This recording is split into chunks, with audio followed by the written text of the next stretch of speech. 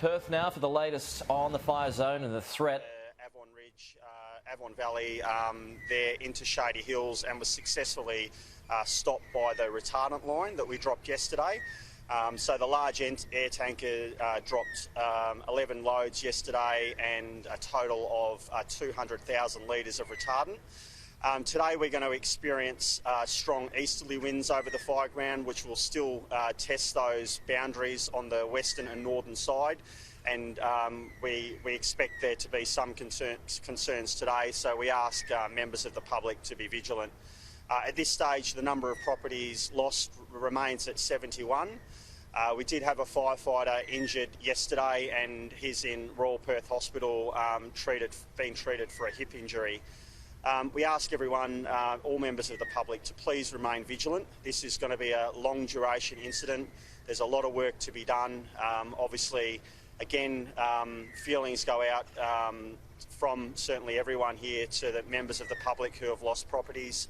But this is a long process with a lot of complexities, including road clearing and restoring power to about 1,200 properties that have been disconnected at this stage.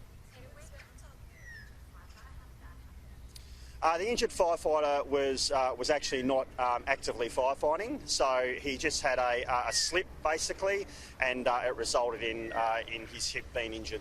Can you tell us how serious the situation Shady Hills is right now? We've been told retardant has helped firefighters actively defend, but flames are still 300 metres away from the town site. Can you tell us a bit more about that? Yeah, so the fire came up the hill in 3 fingers, and basically it ran up to the retardant line and then stopped and burnt along the retardant line. So that retardant line was about 350 metres from the rear of properties. So the retardant line was successful in doing what it needed to do, and we're not seeing a lot of active fire in there at the moment.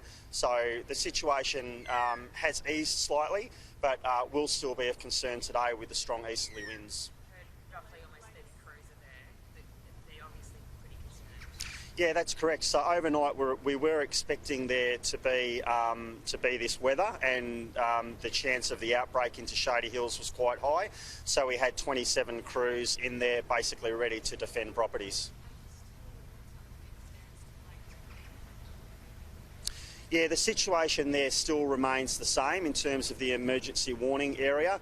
We did actually also use the telephone warning system to tell people it was too late to leave, and we will reassess that as the conditions change in the next hour or so.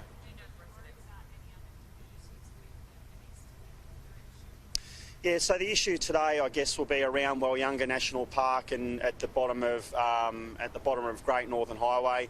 So there still is a chance of there being an outbreak along there over the Great Northern Highway, and we certainly have a lot of plans in place for west of the Great Northern Highway if that becomes the case.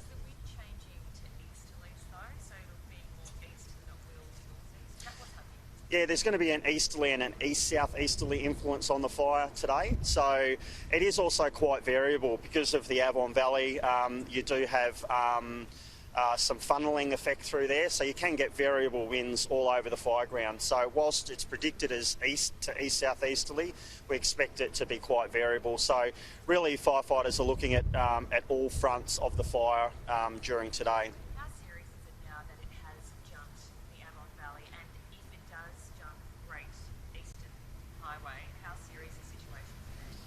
Yeah, so obviously the Great Northern Highway is of concern to us. It is a populated area, and yeah, we just ask everyone to remain vigilant. The risk does remain quite high during today. The gusts of winds are expected to get up to 70 kilometres an hour in some instances. So the situation is still critical, and we just ask people to, if they haven't, enact their bushfire plan, and if they're not ready to defend their property, then they should leave early. Have you heard about the federal government's announcement that they're now sending over a defence plan and another airtanker because they're so concerned about the situation? No, I'm not aware of that. So they've just made an announcement. Yeah. The Minister for Drought and Emergency said that they're sending over a defence plan, and they're really concerned about a front that may come through at the end of the week and bring with it lightning for potential spot fires. Is that something that concerns you guys as well? Yeah, I think at a state level there'll there will, of course, be preparations for that in terms of what the weather will bring. Obviously, we have total fire bans in place for today, and primarily the reason for the total fire bans is because of resourcing. We don't want any new fires today.